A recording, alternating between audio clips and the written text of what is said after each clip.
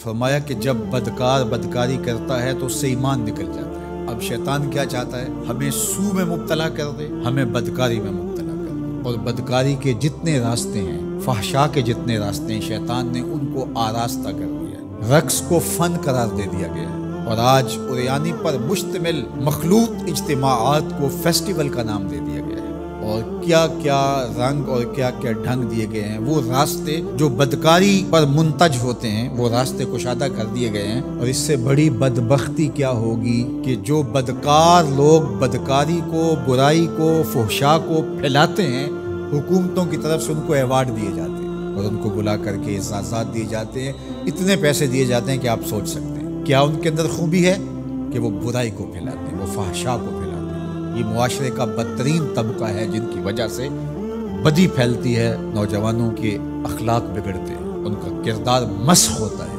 جو شخص بدکاری میں پڑ گیا، اس کے دل کا چہرہ مسخ ہو کے رہ گیا، داغدار ہو کے رہ گیا۔ فحشا تو بہت بڑا جرم ہے، عام گناہ کرنے سے بھی حدیث پاک میں آتا ہے کہ دل کے اوپر سیاہ داغ پڑ جاتا ہے۔ اگر بندہ توبہ نہیں کرتا، دوبارہ گناہ کرتا ہے تو وہ داغ پھیلنا شروع ہو جاتا ہے، حتیٰ کہ ایک وقت ایسا آتا ہے پورا دل سیاہ ہو جاتا ہے۔ جب پورا دل سیاہ ہو جاتا ہے تو پھر بدی اور نیکی کا امتیاز بھی مٹ جاتا ہے۔ ایک وقت ہوتا ہے کہ بندہ گناہ کرتا ہے، اس کو چین نہیں آتا کہ میں کیا کر بیٹھا ہوں، لیکن جب گناہ پہ گناہ، گناہ پہ گناہ، بدکاری پہ بدکاری کرتا ہے تو پھر اس کو کوئی پریشانی نہیں ہوتی۔ میں اس کی مثال دوں گا کہ پکا نمازی ہو تو کبھی اس سے نماز چھوٹ جائے تو وہ عجیب بے چینی میں ہوتا ہے کہ آج ہوا کیا میرے ساتھ، قضا بھی کر لیتا ہے پھر بھی بے چین رہتا ہے۔ لیکن جو بے نمازی ہے وہ روز چھوڑ رہا ہوتا ہے، اس کو پرواہ بھی نہیں ہوتی۔ اگر کوئی شریف آدمی کسی کو ظلمن تھپڑ مار بیٹھے تو اتنی تکلیف اس کو نہیں ہوتی جتنی اس کو ہو رہی ہوتی ہے۔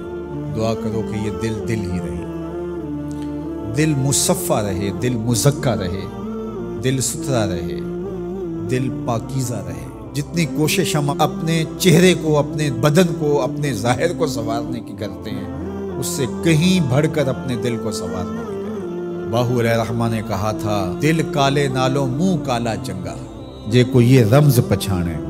تو شیطان دل پہ ہی قبضہ جماتا ہے۔ شیطان جاسم علی قلب ابن آدم فاذا ذکر اللہ خنسا واذا غفل وسوسہ، تو یہ غافل نہ ہو پائے، ہر وقت اللہ کے ذکر میں رہو۔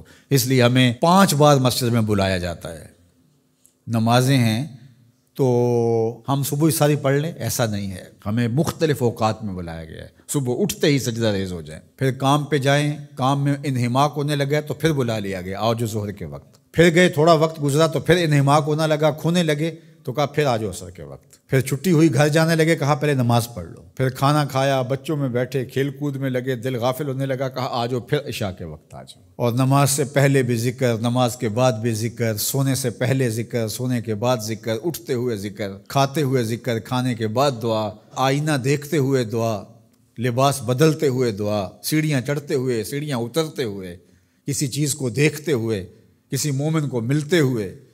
ہماری زندگی کو دیکھیے مسلمانوں کی، ہم تو ہر وقت ذکر میں رہتے ہیں، ہر وقت اسی کا نام جپ رہے ہوتے ہیں، کبھی السلام علیکم، کبھی سبحان اللہ، کبھی ماشاء اللہ، کبھی الحمدللہ، کبھی لا الہ الا اللہ، کبھی لا حول ولا قوت الا باللہ، کبھی اللہ اکبر، کبھی نماز، کبھی سجدہ، کبھی رکوع، کبھی قیام۔ کیسی زندگی ہے مومن کی۔ اور 8 دن کے بعد تفصیلی روشنی کے لیے ہم مسجدوں کے اندر حاضر ہوتے ہیں، اس میں خطبہ سنتے ہیں، اس میں گفتگو سنتے ہیں، بیٹھتے ہیں، ذکر فکر کرتے ہیں، اور پھر ماہ سیام آ جاتا ہے تو پوری ٹیوننگ ہو جاتی ہے پورے جسم کی۔ اور پھر کہا چلو ہر سال نہیں تو زندگی میں ایک بار حج پہ بھی چلے جاؤ، اور تم ایسے پلٹ کے آؤ گے جیسے ماں کے بطن سے ابھی پیدا ہوئے ہو، سارے گناہ مٹ جائیں گے، تم ستھرے ہو کے وہاں سے آؤ گے۔ تو مومن پاکیزہ دل ہوتا ہے، فحشا سے، سو سے، برائیوں سے۔ آج نہ ہماری نگاہیں پاک، نہ کان پاک، نہ خیال پاک، نہ سوچے پاک، سب کچھ آوارگی میں آ گئی۔ تو اس لیے ہمارا رب کیا چاہتا ہے کہ ہم نیک ہوں، صالح ہوں، پاکیزہ ہوں۔